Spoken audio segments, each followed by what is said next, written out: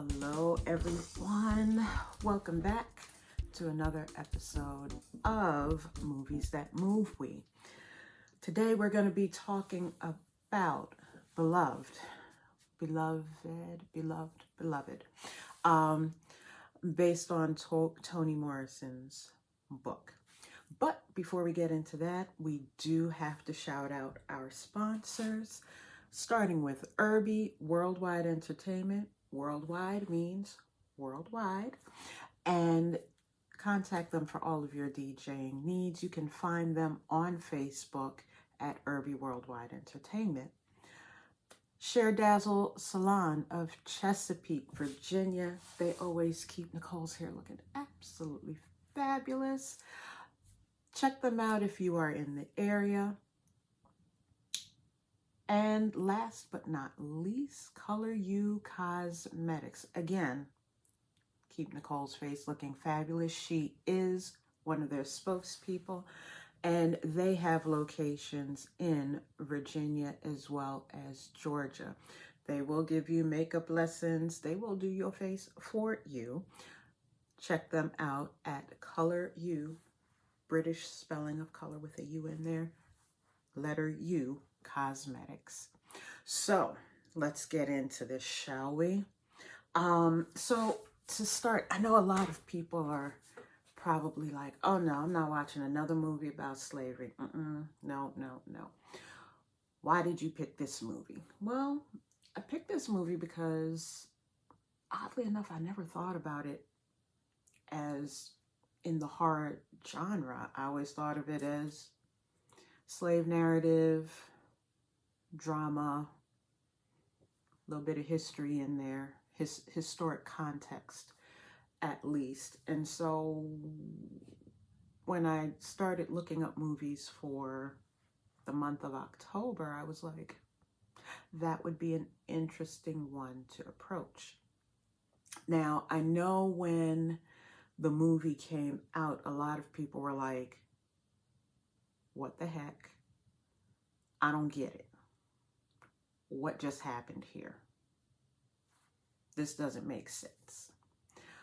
And that was in 1998 when the movie was released. I think with some distance from the movie and watching it again with more seasoned eyes and knowledge, I understand it a little bit differently. Not to say that this still isn't a peculiar story, but as a writer, I think I get where we're going. So as I said, this was based on Toni Morrison's book by the same name that was released in 1987. The movie came out in 1998. It was not a huge box office success. The budget for it was $53 million. It grossed $22.9 million. It had trouble finding its audience. And I think, again, some of that was because people may have been like, I don't want to talk about slavery. Don't want to do it. It also came out the same week as the animated film Ants, Rush Hour, The Bride of Chucky, and Practical Magic. Things that people were probably more interested, that were a little more lighthearted. I don't know. I guess Chucky's lighthearted. It's part horror, part comedy. So yeah, I guess people would want to go see that more. But yeah, it did not do great in the box office. The screenplay, there are a few familiar names here. There are plenty of familiar faces as far as Black actors are concerned, but the three prominent names that we see come together again are Akusa Busia. She's not on the film. She was one of the screenplay writers. Of course, Oprah Winfrey and Danny Glover, all who starred in, oh gosh, why is it escaping me now? Oh my gosh. All who starred in The Color Purple. And so we see them come together again in a different context. And the thing that I considered is, okay, Mr. is in this film, and I'm not seeing Mr., which really speaks to how well Danny Glover does as an actor, moving from one character in a similar type of film to another. So what's this story about? The story takes place in 1873 in Ohio, just outside of Cincinnati. This is where a lot of runaway slaves went, because that was freedom. That was where freedom was. Once your foot hit that soil, unless somebody was hunting and trying to drag you back, you were good as gold. You were free. So Oprah's character, Setha, escaped from her owner at the time, crossed the Ohio River and made it. And there she waited for the other people in her party to join her. She was pregnant while she was running away, had the baby before she crossed the river. She had her other kids and family waiting for her on that side, and she kept saying, I need to get milk to my baby. I have to get milk to my baby. Her 2-year-old daughter, she was still nursing. And so one of the most disturbing scenes in the movie is the flashback to when she was assaulted by her former owner and his nephews. I won't get into what that scene is. If you've seen the movie, you know. She gets to the place where her mother-in-law lives, and I'm going to explain a few things in a minute why all of this is important. Excuse me. She makes it to her mother-in-law's home where her 2 sons and her daughter are, her oldest daughter are.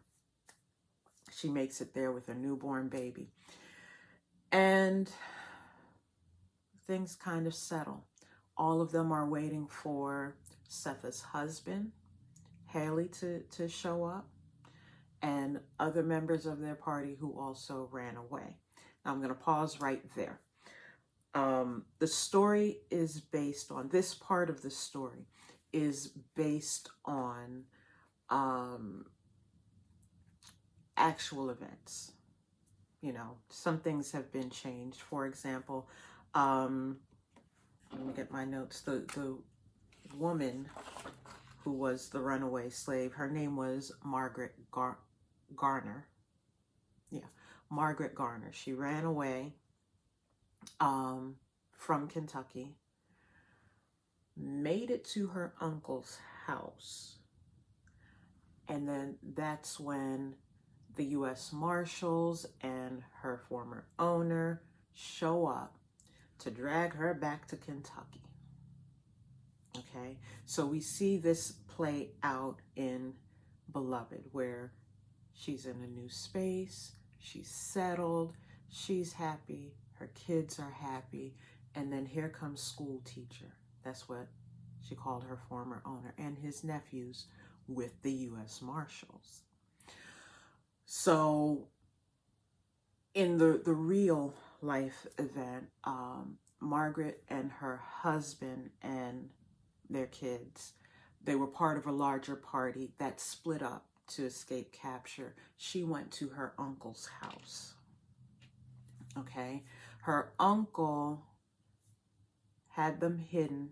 U.S. Marshals, former owners, show up, and they're prepared to take Margaret and her children back. Okay, keep in mind, in the eye of a slave owner, he wasn't just concerned about the adults. The kids were money. Girl children were more money because you could breed them. And so what Margaret decided, what Sitha decided was, I'm not going to see my kids go back to slavery. I'm not going back. Margaret barricaded herself in the house.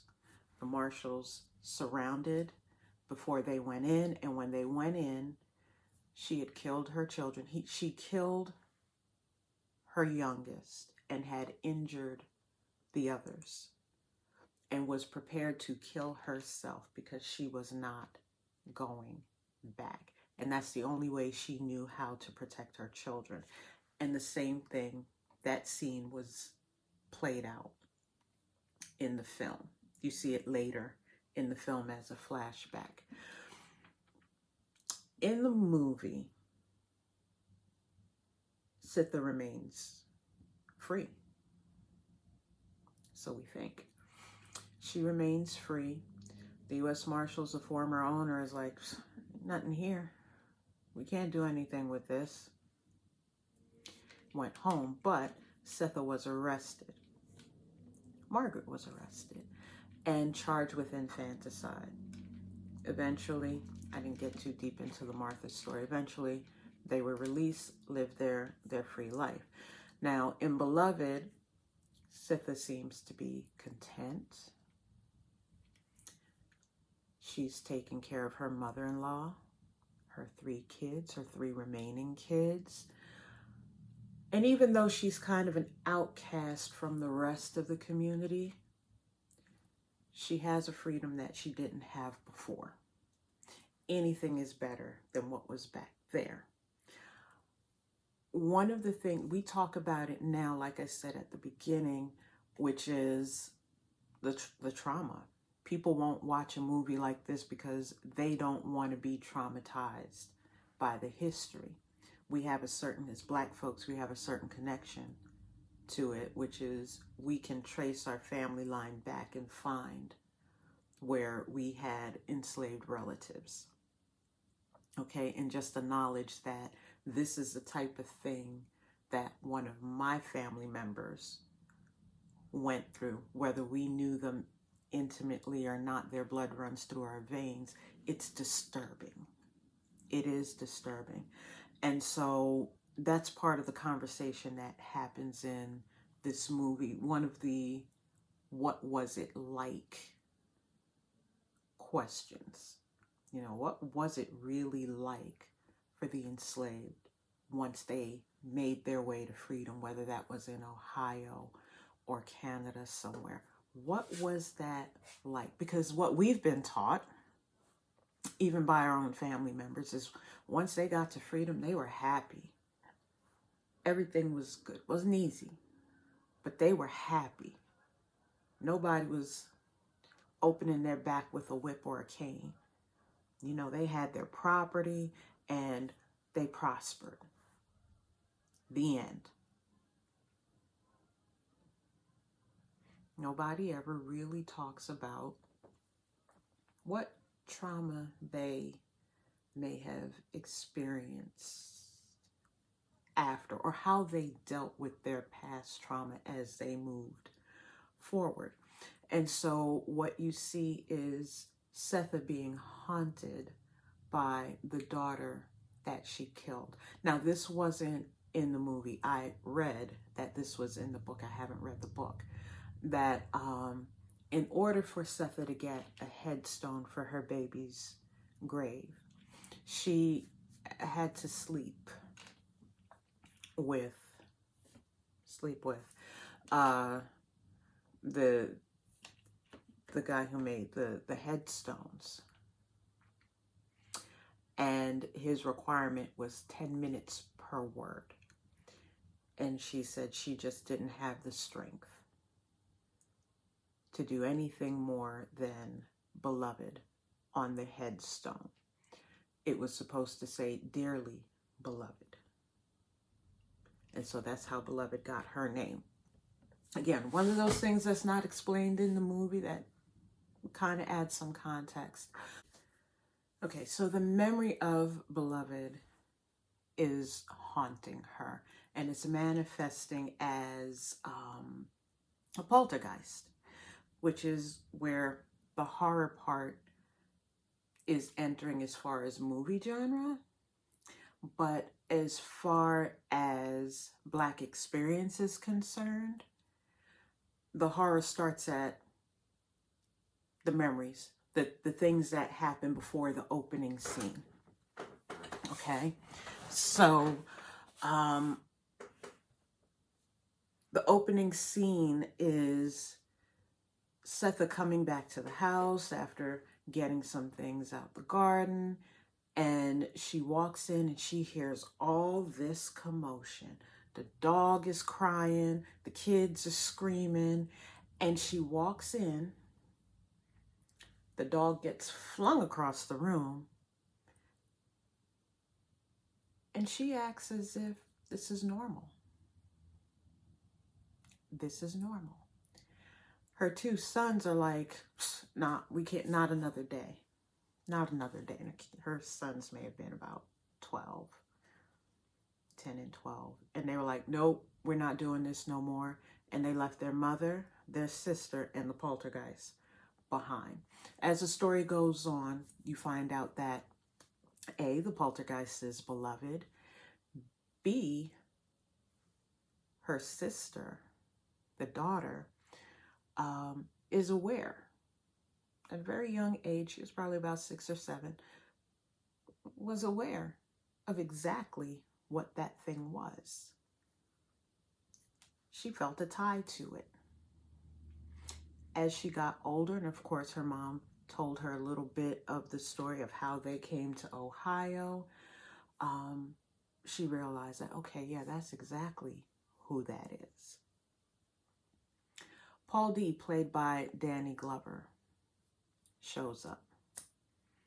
Okay, he has escaped bondage, and he comes to the place where Setha and Sweet Mama, who was her mother-in-law, where they were, and is looking for a place to stop before he keeps going. He ends up staying. He and Setha fall in love, and there are fewer incidents of that poltergeist. Setha was distracted, and so since she wasn't living in that memory of everything that happened, things calmed down. The spirit, however, decided, oh, no, you're not, we're not doing that. The spirit showed up as a girl who would have been about Beloved's age had she lived. And Setha took her in. I'm trying not to say silly. Really, it's difficult. But Setha took her in. Took her in, cared for her, and at first, Setha's daughter, whose name I did not write down, Setha's daughter took care of her. She was like, oh, okay, there's someone else. She knew early on who that was. Okay? The spirit just found another way to create chaos by showing up. I won't get into all the detail all the way through the end, but having that spirit present broke her. She lost Paul D for a while. It was just her daughter to take care of her. And remember, I said they were outcast in the community, so that made things a little more difficult. And her daughter was a recluse. She stuck close to her mom. She didn't leave the house. She stopped going to school because people said horrible things about her mother, and so she stayed home. But at the point where money was low, her mom was sinking into depression. Beloved was more demanding, in tangible form. She was more demanding, more aggressive, because it's like, you killed me, now I'm here, give me what you should have given me had I lived. It's kind of what you get from it. And Setha's doing that, and it's draining her. Again, when you have that kind of context, spirit, taking possession, choosing a host, draining it, this is not how it traditionally looks in a horror film. We're seeing in this film what horror is as it pertains to Black folks in a historical context. And so we see the end result is how much this thing damaged her, and not just the actual physical representation, but the memories. Okay, call it PTSD. I don't know what other names there are for something like this that might trigger mental decline, but we never talk about what that was like for the formerly enslaved. And so, again, understanding what I know now, this movie reads very differently than the first time I watched it back in the 90s, early 2000s. This movie has a lot to say, and I think is a worthy discussion because, again, the way history is presented to us in our own communities, because we want to find the silver lining in this horrible history, we don't talk about the real traumas that happened or even how it was dealt with. We just say they ran away, they got free, they were happy, the end. And that's not the whole story. So I think, again, knowing what I know now, I think this was a brilliant movie. Could it have been better? I think so. But for the time, and I know sitting where I'm sitting now, 1988 isn't that long ago. My God. My God. Sitting where I'm sitting now, I would say Toni Morrison was ahead of her time. Again, I wasn't in college back then. I was still knee-high to a blade of grass, but